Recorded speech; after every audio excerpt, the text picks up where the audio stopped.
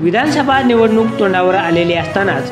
पंढरपुरात शिवसेना शिंदे गट आणि राष्ट्रवादी शरद पवार गटात राडा झाल्याची घटना समोर आली।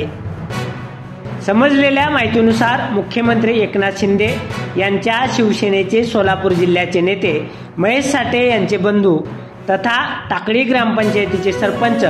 संजय साठे यांचे काही कार्यकर्त्यांकडून दिनांक 18 ऑगस्ट 2024 रोजी सायंकाळी राष्ट्रवादी शरद पवार पक्षाचे पंढरपूर तालुकाध्यक्ष संदीप मांडवे व त्यांचे सहकारी धीरज देवकते, नागेश जाधव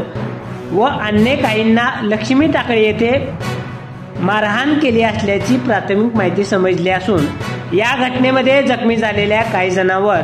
पंढरपुरातील टुलिप हॉस्पिटल व अन्य काहींवर पंढरपूर सर्वसामान्य रुग्णालयामध्ये उपचार सुरू असल्याचे समजते।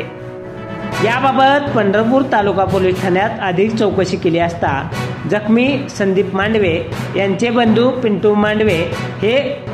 तालुका पोलीस ठाण्यात गुन्हा दाखल करण्यासाठी आले होते असे समजते। दरम्यान विधानसभा निवडणूक तोंडावर आलेली असतानाच पंढरपुरात झालेल्या या राड्यामुळे